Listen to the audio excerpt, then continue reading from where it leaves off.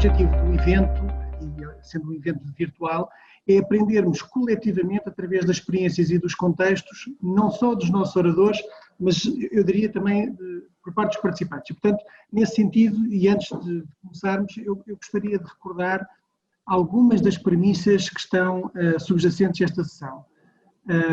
O contexto atual, enfim, há mais do que discutido e partilhado na comunicação social, e todos nós vamos falar no dia a dia, provocou inevitavelmente uma mudança de paradigma que praticamente sofreu mudanças em todos os setores da atividade. E naturalmente em muitas atividades do nosso dia a dia, quer do ponto de vista pessoal, familiar, do ponto de vista profissional também, e a jornada do comprador, desde a identificação da necessidade até à decisão da compra, não é, na maioria dos casos, acompanhada de quem está do outro lado, a vender o produto ou a vender o serviço. E a questão que se coloca muitas vezes é como é que um vendedor pode influenciar este processo, enfim, de uma forma direta ou indireta, e foi nesse sentido que nós tomamos a liberdade de convidar duas oradoras absolutamente fantásticas, que tenho a certeza que vão ser capazes de responder a este e a muitos outros dilemas das pessoas que estão do lado de lá, equipas de vendas, área comercial, desenvolvimento de negócio, quando interagem com a área de compras. Enfim, sem mais demoras, eu gostaria de dar as boas-vindas às nossas oradoras, a Alexandra Reis, que é Chief Procurement Officer da TAP Portugal. A Alexandra é engenheira de formação, com Executive MBA e uma vastíssima experiência na área de compras, nas áreas de telecomunicações, na área de energia, aviação, naturalmente. Bem-vinda, Alexandra. E a Patrícia Carvalho é Senior Strategic Project Manager na Novartis Pharma, é economista de formação, com uma pós-graduação em liderança, tem trabalhado sempre em ambiente multinacional e também com algumas passagens por empresas conhecidas nacionais como a Jerónimo Martins, mas também pela Carrefour, a AstraZeneca, o Grupo Luz e Alves, desempenha atualmente funções na farmacêutica da Novartis, onde esteve até julho do ano passado como diretora de procurement. E mais recentemente está ligada a uma estratégia de lançamento do Grupo Novartis no mercado privado. Também é vice-presidente desde 2018 da Associação Portuguesa de Compras e Aprovisionamento, e com isto temos aqui estas duas fantásticas oradoras para partilhar connosco uma visão que eu diria que do lado de quem está das vendas e da área comercial nem sempre é evidente os critérios, a abordagem, aquilo que realmente é a expectativa da área de compras e de procurement. E começaria se calhar com a Patrícia, fazendo a primeira pergunta, fazendo uma questão que está intimamente ligada também com o contexto atual. Patrícia, eu imagino que este contexto de pandemia trouxe também diferentes necessidades aos negócios e naturalmente também às equipas de procurement, não é? E a pergunta que eu gostaria de colocar é que tipo de necessidades são essas e de que forma é que estas necessidades refletem requisitos diferentes para com os fornecedores. Gostava de ouvir a tua opinião, naturalmente depois, Alexandra, se quiser contribuir, fiquem perfeitamente à vontade. Muito obrigada. Antes de mais, Pedro, muito obrigada. Um bom dia a ti, à Alexandra que está comigo neste painel. Bom dia. E também a todos os que nos ouvem a esta hora, e um agradecimento especial à equipa do Sales Checker, na pessoa da Helga Stewart, pelo convite que me foi endereçado. Eu acho que o procurement e a área de vendas são vistos habitualmente aqui como um processo de antagonismo, não é? Latente, e eu acho que é sobretudo quando nós conseguimos colaborar que conseguimos maximizar o valor para ambas as organizações, e portanto é com muito gosto que estou aqui. Queria, no entanto, fazer um disclaimer também alinhado com aquilo que foram as tuas palavras e a generosa apresentação, obrigada, que é, uma vez que eu não estou neste momento na área de procurement da Novartis, aquilo que é o meu contributo para esta discussão não vincula necessariamente essa área da Novartis, e portanto estou aqui fruto da experiência que tenho, que também inclui a Novartis, mas não vinculando. E voltando, sem perder mais tempo à tua questão, eu diria que até do ponto de vista de negócio isso para mim foi muito visível. Este contexto de Covid trouxe numa fase inicial preocupações para as equipas de procurement muito diretamente relacionadas com a questão da segurança das suas instalações, da segurança em termos dos EPIs, em termos dos processos de desinfecção, o garantir que as equipas das próprias empresas tinham acesso a tudo isso e, portanto, por um lado, esta urgência em perceber esta questão de certificados e de cumprimento de requisitos a esse nível. Mas eu iria mais para aquilo que foi efetivamente o mais impactante do ponto de vista do negócio e eu destacaria duas áreas. A necessidade de um momento para o outro, estarmos completamente isolados e termos que assegurar o processo de comunicação. O processo de comunicação interno e o processo de comunicação com os nossos clientes e com os nossos parceiros. E aí a questão do IT foi claramente uma questão muito relevante.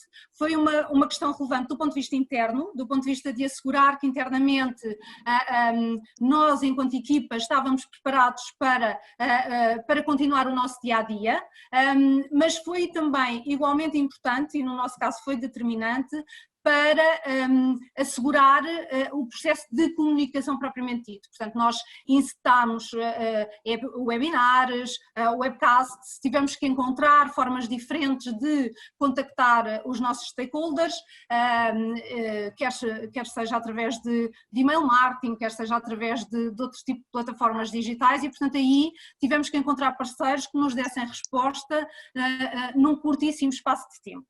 Isto por um lado. Por outro lado, eu acho que foi particularmente relevante trazer para, e sobretudo no caso da Novartis, trazer para o mercado projetos inovadores. Projetos diferenciadores e projetos que de alguma forma nos diferenciassem perante os nossos clientes e contribuíssem para que os nossos clientes acelerassem algum processo de apatia que nos caracterizou a todos no processo em que iniciámos o confinamento. E, portanto, tivemos que rapidamente criar condições para ultrapassar essa curta etapa de apatia e passar para a área de atividade. Eu aqui destacaria 3 pontos do ponto de vista dos nossos parceiros. A capacidade que eles tinham de co-criar connosco, de pensar diferente, porque isto foi uma coisa que nunca tinha acontecido e, portanto, pensar diferente e co-criar o que é que poderia trazer valor acrescentado para o mercado foi fundamental. E um terceiro elemento que para mim foi crítico, que era a rapidez de implementação. Nós tivemos que encontrar parceiros muito rápidos no processo de implementação porque aquilo que era a realidade numa semana já era uma realidade diferente na semana seguinte e, portanto, essa rapidez foi fulcral. E com isto...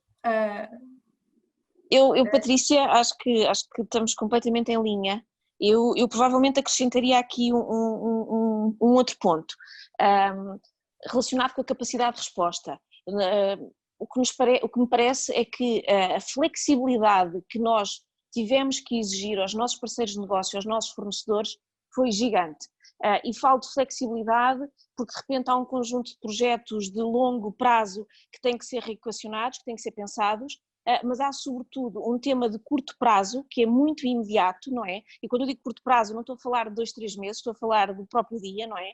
Em que foi necessário tomar um conjunto de ações muito rápidas e a flexibilidade dos nossos parceiros foi muito relevante. Eu dou exemplos, nós tivemos que parar a frota toda, certo? De repente é preciso estacionar aviões, de repente há mantas que estavam previstas chegar que já não são necessárias, há matérias-primas para confeccionar comida que de repente já não fazem sentido. E foi preciso uma agilidade muito grande dos nossos parceiros para se adequarem a uma paragem, não é? Uma mudança tão brusca e, sobretudo, uma flexibilidade que nem sequer foi formal. Ou seja, nós tivemos que agir antes de formalizar, antes de nos sentarmos a uma mesa virtual, não é? Nos dias que correm e decidirmos como é que íamos fazer alguns temas, nós fizemos primeiro e depois decidimos como é que íamos regularizar, como é que vinha o contrato, como é que ia ser aquela discussão. Por isso, o que nos parece aqui é que o tema da flexibilidade e da capacidade de resposta, desta agilidade e de conhecermos um negócio dos nossos fornecedores e os nossos fornecedores conhecerem bem o nosso negócio é fundamental para conseguirmos mitigar alguns dos efeitos mais negativos desta pandemia, não é? No que diz respeito do impacto no P&L das empresas. Sim, eu estava-vos a ouvir as duas e, de facto, da experiência que tenho tido, há um tema recorrente que tem a ver com a rapidez de implementação, claramente, porque de um dia para o outro, e eu penso que foi a Patrícia que tinha comentado, aquilo que é a realidade e uma necessidade de uma semana, de repente, passado uma semana ou duas no máximo, a necessidade mudou. Mesmo no setor da educação nós sentimos exatamente a mesma coisa. Um dia nem pensar o online, de repente o online passou, do ponto de vista da aprendizagem remota, passou a ser um novo normal, como se costuma dizer. Há uma questão que eu gostava de vos perguntar, ainda dentro desta questão que não foi comentada, que está intimamente ligada com os procedimentos de mitigação de risco de contaminação, ou seja, há uma preocupação generalizada quando se retoma a atividade de garantir que os serviços que são prestados têm algum tipo de certificação, algum tipo de garantia para evitar na prática que depois haja algum tipo de contaminação e haja segurança por parte quer dos trabalhadores, quer depois também dos outros stakeholders que servimos. Como é que têm procurado definir esses critérios, esses requisitos quando procuram e selecionam os vossos fornecedores? Se calhar o meu caso atual pode até ser o mais simples. Porquê? Porque sendo um setor tão regulado, o da aviação, há procedimentos, há normas para tudo, basicamente. Por isso, aqui o grande desafio foi alguma incerteza, não é? O contexto de incerteza, enquanto algumas das organizações que têm esta responsabilidade não conseguiram elas próprias definir essa regulação, não é? A Organização Mundial de Saúde diz uma coisa e isso depois tem que ser traduzido em normativos, a EASA, a IATA, etc. Ou seja, há um conjunto de institutos, o próprio regulador em Portugal, há um conjunto de institutos que nos facilita a vida. Qual é que é o desafio? O desafio é, de facto, naqueles momentos de maior incerteza em que queremos agir e ainda não temos as bases sólidas para o fazer. Por isso, do nosso ponto de vista, temos também um ponto, uma facilidade. Nós temos uma unidade de cuidados de saúde, que é a única entidade em Portugal certificada para o nosso setor, para a aviação, não é? Para validar as condições de saúde e físicas das tripulações, etc. E aí também temos um parceiro muito, muito interessante que nos ajudou e tem-nos ajudado muito em todo este caminho. Mas de facto há aqui uma incerteza, não é? Há aqui um contexto de incerteza. Num dia é preciso máscaras, depois as máscaras já não são necessárias e depois são precisas outra vez. Tem sido um desafio, acho que é uma aprendizagem diária, mas as equipas no geral conseguem reagir e os nossos parceiros também, não é? Aliás, se nos primeiros dias houve alguma falta no mercado de alguns destes produtos, eu acho que hoje em dia já não temos esse desafio, muito pelo contrário, não é? Temos que saber dizer não, já tenho estoque, já não vou precisar tão rapidamente desse tipo de produtos. No caso da Novartis e falando especificamente na questão do negócio, nós não sentimos muito essa necessidade, sentimos-la agora, em que estamos a retomar a atividade no edifício, mas nós muito rapidamente fomos para casa e, portanto, houve uma equipa que já existia e que fez essa reflexão, acompanhando naturalmente com as normativas que eram emanadas pela DGS, etc. Portanto, houve uma equipa de trabalho que respondeu de forma muito rápida e que fez todo esse trabalho interno para assegurar a segurança de nós enquanto colaboradores. Do ponto de vista do negócio, nós não temos a realidade da TAP, portanto não temos que pensar do ponto de vista de cliente. O que foi interessante, no entanto, ver, e aí a Novartis sentiu necessidade de dar o seu contributo, foi de perceber como é que poderia contribuir para a progressiva abertura de clínicas, de centros, e poderia dar o seu contributo para que isso fosse feito na máxima segurança. E, portanto, estabeleceu uma parceria na altura com o Instituto Kaizen e com uma infecciologista, fomos detalhar procedimentos que deveriam existir neste retorno da atividade clínica e fomos partilhar com os nossos stakeholders esse processo, naturalmente robustecidos por equipas que tinham esse know-how e que nos ajudaram no estabelecimento deste projeto, que rapidamente fizemos chegar aos nossos clientes de forma generalizada. O que significa que, só fazendo um pouco um fecho desta minha primeira pergunta, relativamente àquilo que é, de alguma forma, expectativas, requisitos que são esperados por parte de quem está a adquirir produtos ou serviços, eu tentei resumir aqui em 2 palavras, uma que tem a ver com flexibilidade e outra que tem a ver com rapidez, não é? Para fazer face a tantas mudanças que acontecem com uma velocidade incrível.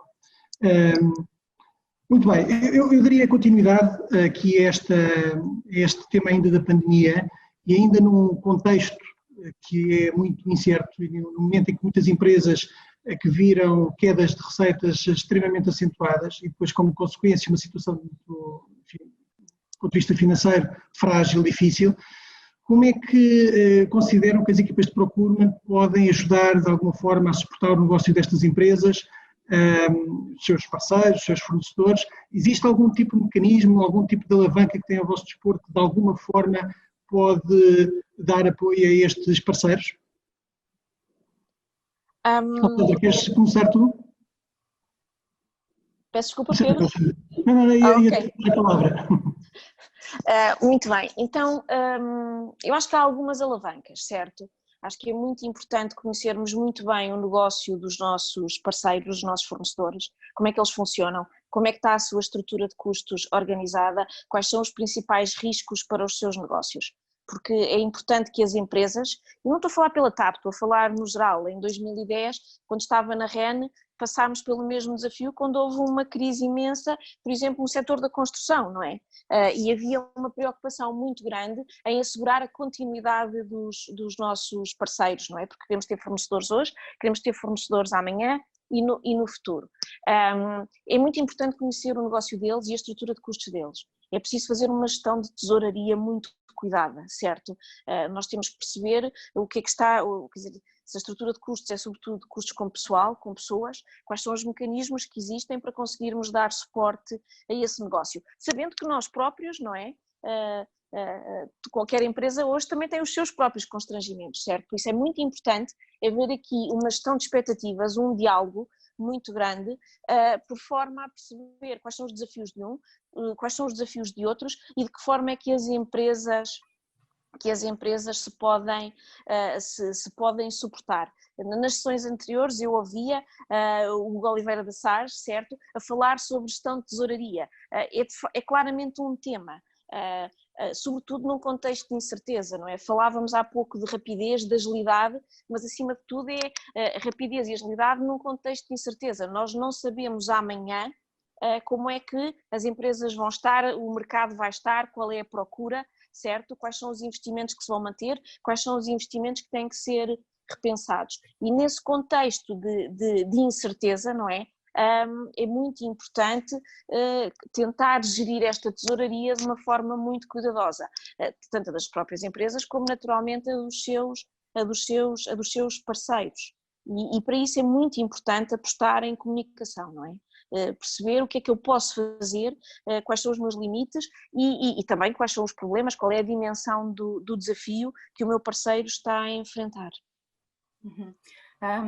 Eu concordo inteiramente com a gestão da tesouraria também, quando penso na pergunta, é, digamos assim, o elemento que me vem naturalmente à cabeça como que pode ser mais utilizado, ou pelo menos tem que ser muito cuidado, e o conhecimento, lá está, o conhecimento mútuo. Em termos de janela de oportunidade, eu destacaria aqui também uma questão e colocando aqui as equipas de procurement ao barulho, digamos assim. Eu acho que as equipas de procurement têm aqui um duplo papel que pode ser interessante neste contexto. O primeiro é a capacidade de trazer para dentro das organizações alguma inovação e, portanto, a aposta e eu senti pouco isso, eventualmente, durante este período, que que é a capacidade de receber coisas que estão a ocorrer, que as empresas estão a conseguir fazer de diferente no mercado e trazer até nós essa informação de forma muito rápida, porque tendo nós conhecimento dessas boas práticas, também rapidamente as conseguimos disseminar internamente e isso cria aqui janelas de oportunidade. Às vezes até dentro da própria empresa a capacidade de criar sinergias. E um projeto que era um projeto mais micro, de repente transforma-se num projeto mais macro e num projeto institucional que abarca as diferentes áreas da organização.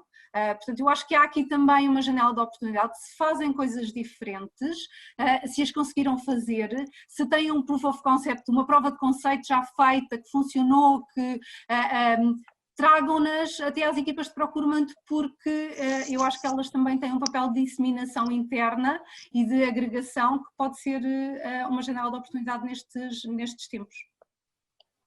Eu tenho assistido várias empresas com que a Nova SB colabora e muitos deles são parceiros institucionais de dimensão, que são também doadores.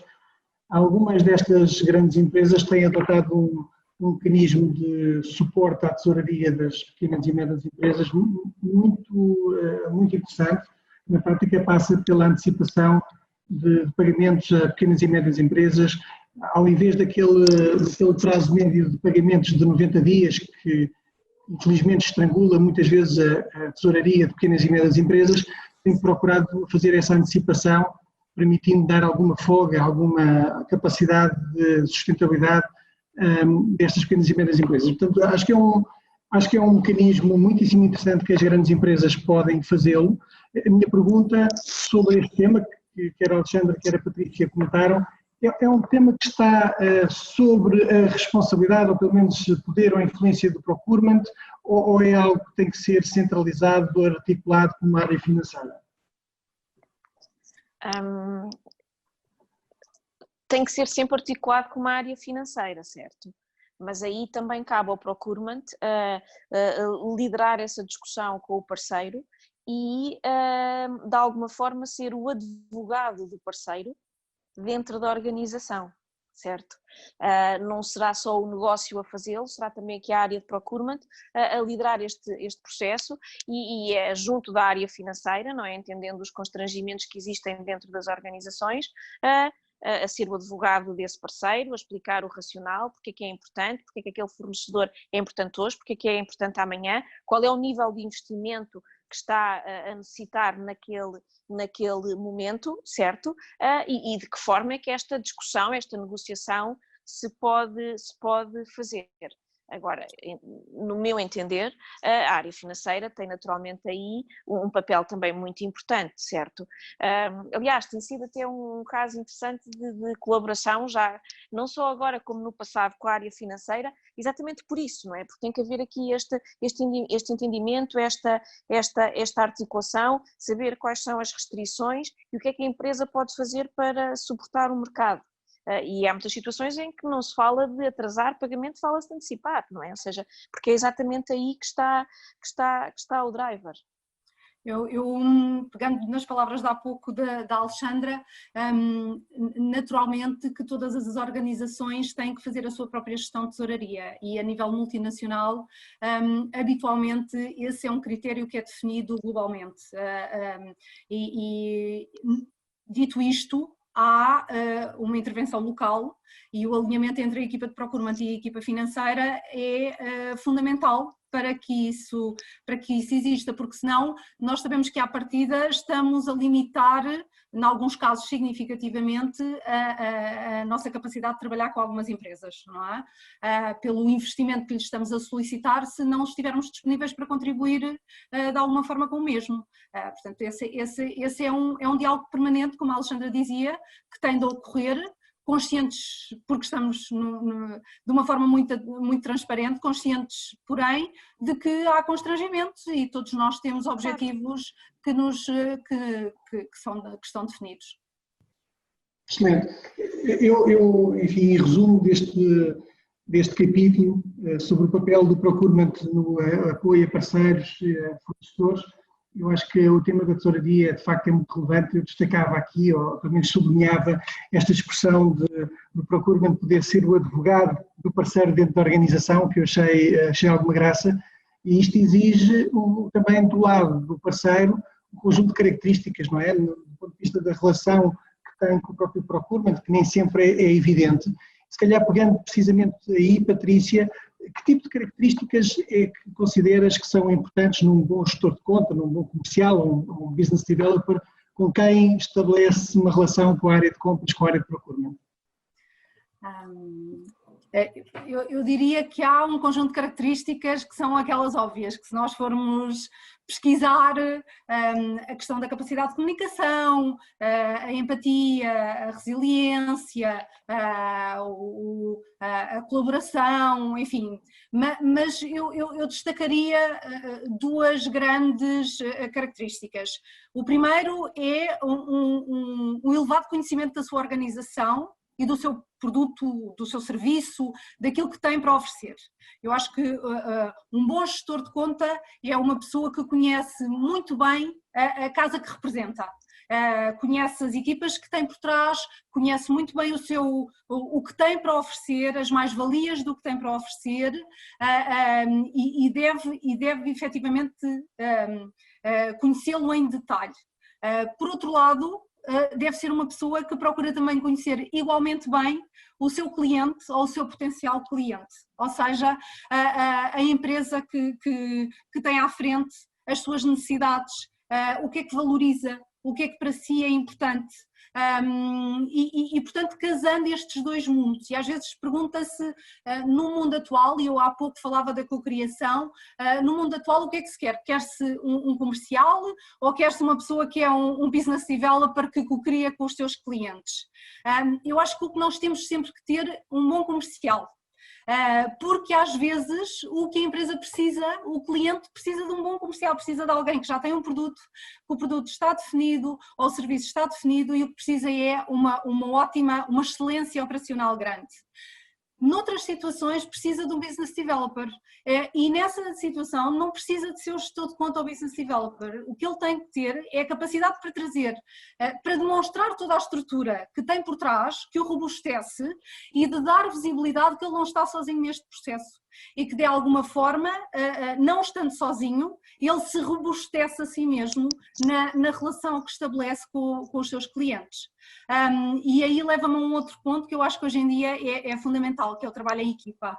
A capacidade que todos nós temos que ter de conseguir trabalhar em equipa e nós enquanto negociadores ouvimos muito falar das duas estratégias, a estratégia distributiva e a estratégia integrativa. A estratégia distributiva é aquela que se um ganha o outro perde e portanto é sobretudo focada no preço, e se eu conseguir um preço mais baixo o comercial perde porque tem um preço que não é tão bom, mas eu acho que hoje em dia o foco é muito na estratégia integrativa, é termos pessoas com capacidade para pensar como é que o bolo pode crescer, como é que o bolo pode crescer para ambas as partes e saírem daí relações de win-win, que na prática é o que nós queremos, porque são aquelas que prevalecem no tempo e são aquelas que enriquecem não só as nossas organizações, mas a nós enquanto pessoas. Eu acho que, quer dizer, em linha, um bom gestor de conta tem que falar a minha língua, tem que me saber ouvir e tem que perceber o que é que naquele instante é importante para a minha organização. Ele tem que conhecer naturalmente a sua casa, mas acima de tudo ele tem que perceber o que é que eu estou à procura, certo? E tem que saber ouvir, mais do que... E isto acontece muito, não é? Nós temos uma reunião, tem um comercial, ele vai tentar fazer um pitch e ele está ali, está-me a tentar vender um produto e não me está a ouvir. Ele não está a perceber o que é que eu estou à procura, qual é a minha real necessidade naquele momento daquele produto ou daquela solução, e eu acho que isso aqui é fundamental. Ele tem que perceber o que é que eu preciso e, percebendo o que eu preciso, ver dentro da sua organização de que forma é que me pode dar resposta. Por isso esta capacidade para ouvir é fundamental. Sem dúvida, sem dúvida. Acho que temos aqui uma coletânea de temas. É engraçado que do lado, muitas vezes, da área comercial, não sei até que ponto é que existe tanta percepção de valorização da capacidade de ouvir, de empatia, de comunicação, versus uma abordagem mais cartesiana para esse desconto e afins. Eu vou colocar em stand-by este tema para o final, porque eu acho que é potencialmente dos temas mais interessantes para discutir com duas pessoas que têm experiência do lado do procurement, do lado das compras. Eu só, se calhar, faria aqui esta mesma pergunta num ângulo diferente, que era o que é deal breaker? Quem está do lado das compras ou do lado do procurement, e quando apanha uma pessoa da área comercial, fazer a apresentação do produto ou do serviço, o que seja, que tipo de características é que desespera uma pessoa que está do vosso lado na prática?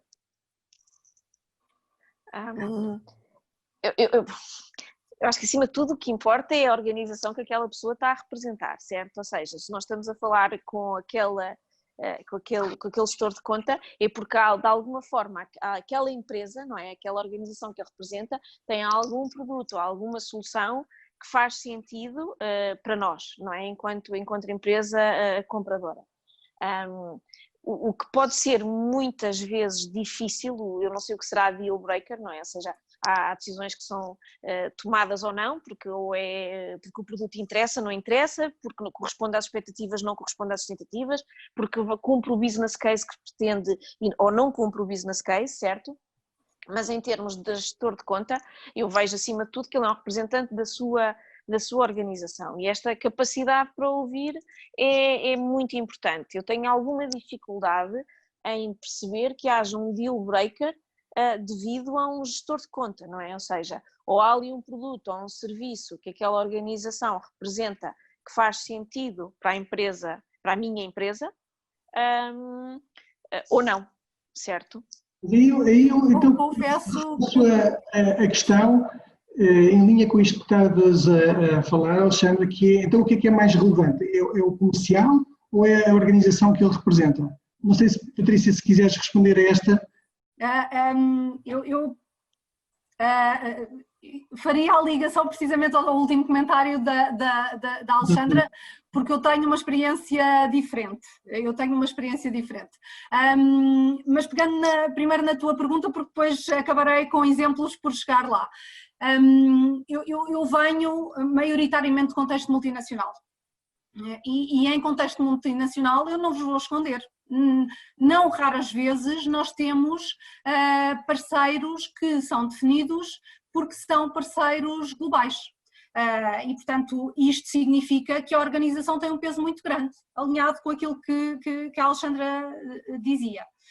Portanto, nós temos muitas vezes, ou por questão de alinhamento global, ou porque, e especificamente no caso da indústria farmacêutica, nós temos um processo de gestão de risco muito complexo, e que às vezes empresas de menor dimensão têm dificuldade em dar resposta à complexidade do mesmo, porque existem muitos critérios a ter em linha de conta, do ponto de vista de certificações, do ponto de vista financeiro, etc. E às vezes têm dificuldade, às vezes a organização traz aqui todo um suporte que é importante e que acaba por ser primeira linha em termos de escolha. O que eu acho é que a organização não assegura relações, per si, não assegura relações de longo prazo.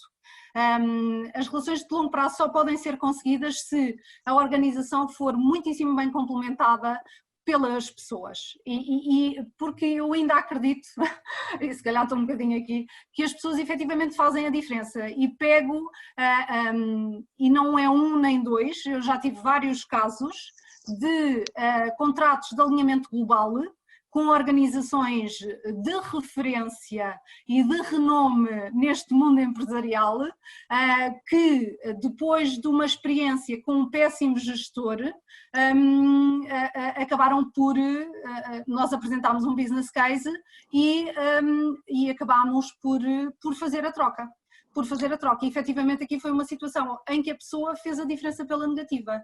Eu também acredito que as pessoas estão capacitadas para fazer a diferença pela positiva, porque efetivamente às vezes a organização é de menor dimensão, ou não tem um nome sonante por trás, ou tem uma estrutura mais pequena, e efetivamente a equipa que conseguiu criar, a forma como ela cumpre os tais requisitos que já falámos anteriormente, de leitura do cliente, de rapidez de resposta, de capacidade para co-criar, traz uma mais-valia e uma flexibilidade de tal maneira grandes que às vezes a opção vai precisamente por aí. Portanto, eu acredito que nós temos as duas situações e acho que o melhor dos mundos, e deixo também aqui um alerta, sobretudo para quem trabalha em empresas multinacionais. Uma coisa que eu também não vejo habitualmente é as equipas locais alavancarem completamente o know-how das equipas globais. Às vezes há projetos que foram desenvolvidos noutros países, às vezes há produtos que foram desenvolvidos, que foram inclusive desenvolvidos com a multinacional noutros países. Contactem as equipas a nível global e tragam também esse know-how a nível local, porque isso só vos robustece. E eu vejo isso acontecer muito poucas vezes, muito poucas vezes. Patrícia, eu só complementando, o que me parece é que a relação entre duas organizações é feita a muitos níveis, certo? Uhum. E eu tenho alguma, e acho que há projetos que não correm bem de facto, porque o gestor de conta não nos leu, ou porque nós próprios também não facilitámos a vida àquela empresa, não é? Claro. Ou seja, os projetos não correm bem por várias razões, certo? Não basta que seja só por uma única parte. Mas as relações entre as organizações acontecem a vários níveis, certo? E se há uma organização que tem um produto ou uma solução que faz sentido para nós, que quando houve a tomada de decisão havia um conjunto de pressupostos que a serem cumpridos faziam sentido, o que me parece é que há aqui um processo de escalar, ou seja, há a relação do dia-a-dia que é mais operacional, mais tática.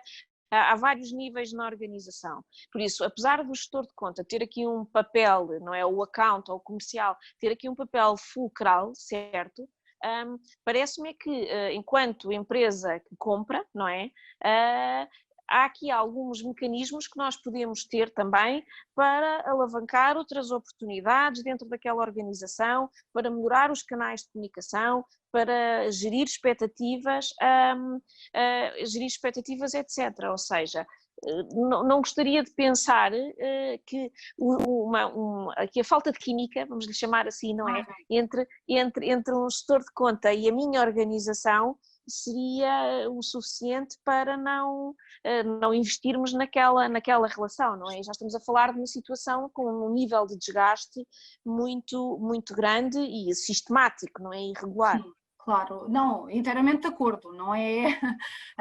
Eu subscrevo inteiramente a tua observação, Alexandra. Eu acho que as organizações estabelecem acordos entre elas, acordos que devem ser respeitados, eu sou, e que devem ser trabalhados numa tentativa de ultrapassar os problemas que vão sempre surgindo ao longo de uma relação comercial.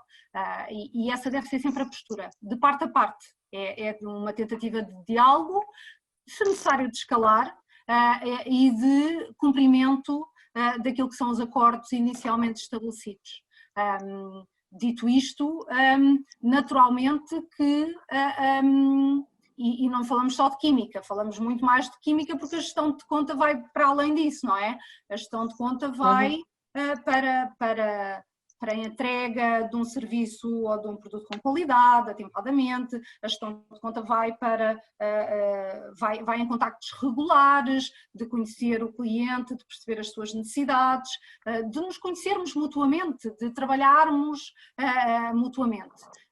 Mas há, e quando acontecem rupturas, são naturalmente situações de limite. E que são efetivamente faladas e escaladas, e é bom que não aconteçam. Mas eu acho que é importante dar visibilidade de que deve ser um equilíbrio grande entre aquilo que é a equipa e aquilo que é a organização que a equipa representa, e que se devem alimentar mutuamente e que de alguma forma se devem apresentar como um todo junto do cliente, conscientes ambas as partes da importância de cada um deles. que a organização tem um peso e a equipa tem um peso igualmente grande e que se deverão complementar da melhor forma. Eu gostaria de aproveitar aqui estes últimos 10 minutos aproximadamente. Eu vou deixar uma última questão que tenho aqui prontinha para vos lançar, mas eu gostaria de aproveitar aqui algumas questões que foram colocadas no chat pelos nossos participantes. Eu começaria aqui pela questão do Rodrigo Quadros, que comenta que a falta de disponibilidade no passado recente, onde as reuniões presenciais eram uma realidade, são agora substituídas por reuniões à distância, portanto remotas. E neste contexto poderá isto significar que pode existir mais abertura por parte do Departamento de Compras para conhecer novos parceiros e novos produtos? Deixo esta pergunta para ambas. Queres começar, Alexandra? Estou a pensar, nunca tinha pensado, é uma questão muito interessante. O que é que me parece? Eu diria que não. Eu diria que eu sinto alguma falta das reuniões presenciais, certo? O que me parece é que estes métodos digitais versus o método presencial são só meios, certo?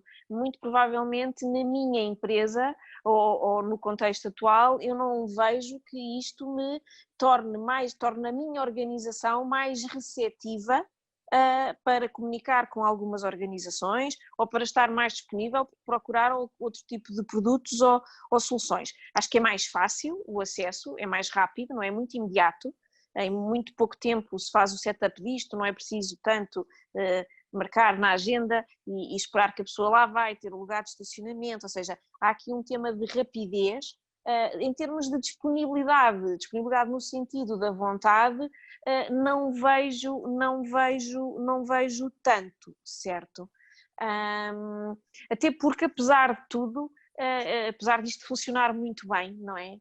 Um percalço ou outro, a verdade é que há algum grau de impessoalidade, ou seja, é relativamente impessoal de qualquer das formas, certo? Não sei se vês da mesma forma, Patrícia. Eu tenho lá está, como neste momento não estou a desempenhar funções no procurement, tenho alguma dificuldade em perceber o impacto agora, não é? Eu tenho sentido que, alinhando com o Alexandre, eu não acredito que haja mais disponibilidade. Eventualmente num determinado período onde algumas equipas estiveram um pouco mais libertas, não foi o nosso caso, mas eventualmente essa disponibilidade poderia estar presente. Eu sinto que atualmente começa a haver alguma saturação do contacto digital, pontualmente. Acho que é uma oportunidade sempre e que deve ser explorada. Não sei se vai trazer uma oportunidade maior do que aquela que existia em contexto presencial. Eu confesso que também apreciava os contactos presenciais e quando se chega à fala presencialmente é por uma de duas razões, ou porque nós identificamos que a empresa tem resposta para uma necessidade que nós identificamos, ou que poderá ter algo que é interessante e que faz sentido nós conhecermos para perceber se há aqui uma janela de oportunidade de trabalho futuro com as organizações onde estamos. E eu acho que isso se mantém quer no face-to-face, quer no digital. E alinho com a Alexandra, não acho que represente aqui um aumento dessa possibilidade. Acho que podem ser às vezes alternativas de contacto. Até porque o mundo já é muito global, não é? Ou seja, nós já fazemos muito disto no nosso dia-a-dia, não é? Agora fazemos com umas prateleiras atrás, não é? E tentando que os miúdos não entrem na sala, não é? Mas já o fazemos, nós voamos para inúmeros destinos e os contactos são muito por telefone, por videoconferência, etc. O que eu noto é que este meio digital, e como agora o presencial não existe, ou é muito reduzido, este meio digital torna os contactos mais frequentes. Nós falamos muito mais entre nós, mas também porque o próprio contexto de incerteza, não é? Há uma pandemia de incerteza quanto ao futuro, como é que vamos fazer, como é que vamos operar, temas que têm que ser resolvidos, também obrigam a um contacto mais frequente. Mas não vejo como disruptivo numa estratégia de vendas, por exemplo. Sim, eu concordo. Eu diria que o foco está sempre no que trazem até nós. O canal é, digamos assim... É a forma, não é? É a forma, é a forma. É isso. Muito bem. Eu deixaria aqui uma última questão, que é uma questão que tinha aqui de rodapé, mas coincide bastante com a pergunta que foi colocada pelo participante Milton Cabral, que agradeço também a participação, que está intimamente ligada com a questão do valor versus preço e a própria inovação. A pergunta que o Milton colocou é a seguinte: as vendas estão a transformar-se, as empresas procuram estar próximo dos clientes e das suas necessidades, muitas vezes até antes dos clientes saberem que têm necessidade. Os departamentos de compras e aprovisionamento funcionam, na maior parte das vezes, como barreiras cujo principal objetivo é fazerem negócios ao mais baixo preço. Nota de rodapé, o Milton começou por deixar aqui uma nota a dizer que isto é uma questão em tom de desafio, portanto é uma provocação. Boa. Não é isto um risco à inovação? Não deverão estes departamentos também transformarem-se? Qual é que é a vossa opinião? Obrigado. Eu vejo isto em várias camadas, certo? O que é que me parece? Parece-me que há produtos e soluções que uma organização compra que são mais simples, de mais dia a dia. O nosso nível de esforço com alguns desses produtos ou soluções, enquanto comprador, não é? São mais simples. O que queremos é ter um processo de compras que é eficiente, que é rápido, não é? E que naturalmente não onera a empresa. Não onera pelo próprio processo em si, mas também não onera pelos custos, pelos preços que vão ser pagos na contratação daquele produto ou serviço. Depois há outros temas, há temas que são mais relevantes, são mais importantes para aquilo que é a estratégia da organização. E eu aí vejo o procurement como um maestro. Certo? Um maestro que tem que saber articular as várias áreas dentro da empresa para que consiga tangibilizar as vantagens, certo? De cada solução ou produto que uma determinada empresa nos quer vender. Porque tem que falar com o IT e perceber quais são as preocupações do IT, tem que falar com o negócio quando quer comprar aquela solução, tem que falar com a área financeira por outros temas, certo? Por questões mais comerciais, mais de pagamento, etc. E o procurement tem que conseguir articular estes stakeholders internamente para perceber de facto qual é que é a vantagem daquele produto ou daquela solução para a organização. E as vantagens medem-se numa série de métricas. Uma delas, naturalmente, é custo, e eu nunca uso a palavra preço. Eu falo sempre em custo, certo? Quanto é que isto custa à minha organização, certo? Mas por outro lado também qual é o benefício que isto traz à minha organização? E tentar tangibilizar. O que é que eu quero dizer com tangibilizar? Se há uma solução que me vai trazer menos falhas, vamos tentar traduzir isso num SLA, porque eu vou ter menos falhas, certo? Vamos ter um compromisso daquele prestador para aquele número mais reduzido de falhas. Se aquele produto vai ter menos quebras, tem melhor qualidade, qual é que é a vantagem que está aí para a minha organização? O objetivo não é comprar o mais barato, o objetivo é comprar o produto ao custo certo, de acordo com a qualidade que se pretende. E eu digo-vos isto, por exemplo, quando eu estava na NetJet, o catering era um tema altamente apaixonante, porque a NetJet tem um conjunto de clientes muito exigentes, não é? Muito sofisticados, que, quer dizer, se vão voar para a sua estância de férias, muito provavelmente vão querer uma refeição diferente.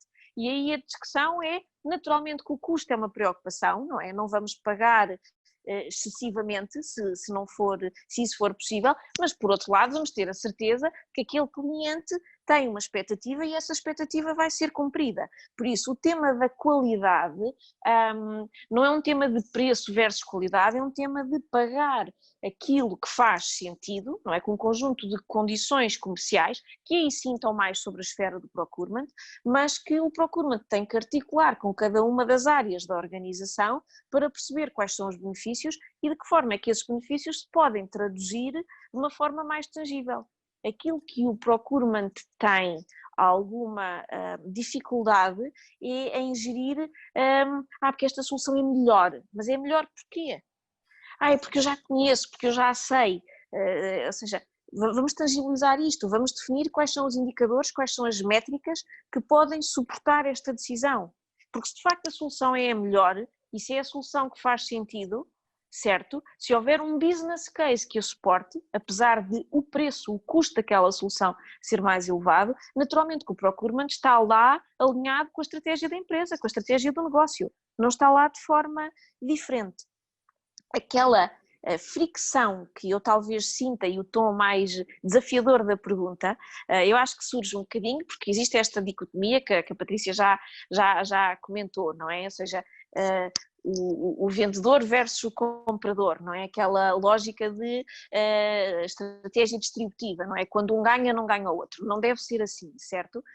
Por outro lado, aqui o mais relevante é que muitas vezes a área de compras, esta barreira percebida, como referiste, Pedro, esta barreira está mais na tradução daquilo que é uma linguagem de vendas, porque a minha solução é melhor e traz uma série de benefícios. As compras têm o papel, não é, enquanto maestro, de traduzir esta linguagem em algo que é tangível para a empresa, certo? É melhor porquê? Por razão A, B e C. Ok, de A, B e C eu só valorizo A e B.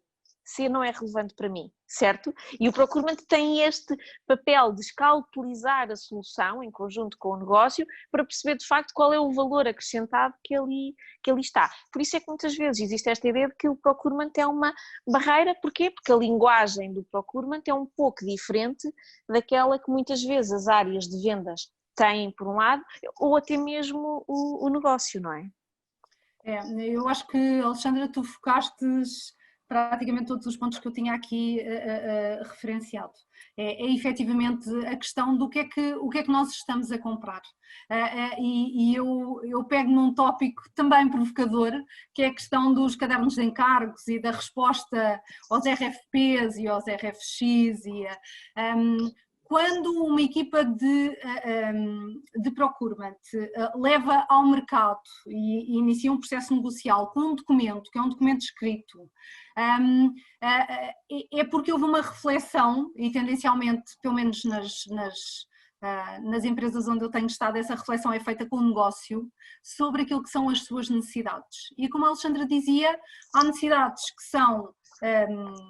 estão perfeitamente estabelecidas e onde no mercado eu encontro parceiros que, ou porque o produto é semelhante ou porque não têm a capacidade de o diferenciar, eu percepciono como semelhante e, portanto, nessas situações, inevitavelmente, eu terei um foco maior no preço. E há outras necessidades onde a sua complexidade traz ao de cima tudo aquilo que são potenciais critérios de avaliação e que são a estrutura da empresa, que são questões como a equipa que estão a apresentar, como os tempos de resposta, como business cases que nos apresentem e que façam e que valorizem a sua proposta financeira, mas naturalmente também a proposta financeira.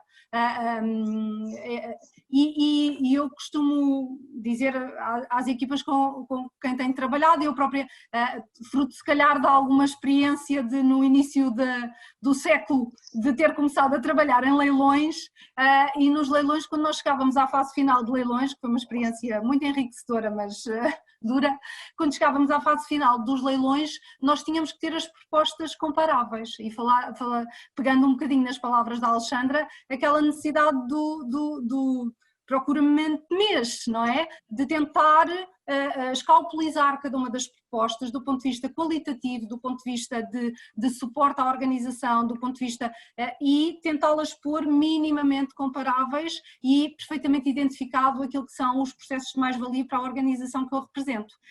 Feito este primeiro passo, que deverá ser sempre o primeiro passo, eu acho que eventualmente a vossa experiência será diferente, mas as equipas de procurement devem chegar à discussão do preço ou do custo, como dizia a Alexandra, depois de um exercício muito detalhado feito de comparação de propostas prévio, porque só nessa altura é que nós conseguimos aferir o peso dos diferentes critérios e conseguimos perceber se faz sentido valorizar mais o preço ou se faz sentido valorizar mais tudo aquilo que é a proposta de valor que as empresas nos trazem para cima da mesa. Dito isto, há processos onde efetivamente o preço é o que pesa mais, mas aí deixo também o desafio às equipas comerciais de descomoditizarem, deixarem de ter commodities e trazerem elementos de diferenciação àquela que é a proposta que trazem às equipas de procurement.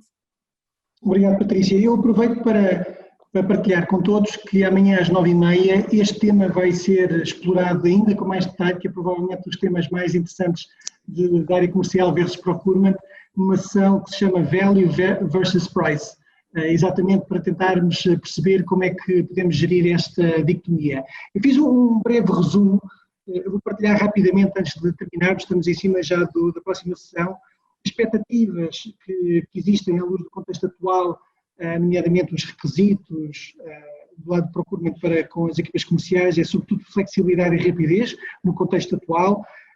O procurement tem procurado ou tem aqui a possibilidade de apoiar as empresas, sobretudo no tema da tesouraria, potencialmente uma tesouraria antecipada, e ser aquilo que a Alexandra falava, ser o advogado do parceiro dentro da organização, e para isso as características que têm de ser, enfim, amplificadas por parte das equipas comerciais são comunicação, empatia, saber ouvir e compreender as necessidades e realidade do próprio cliente.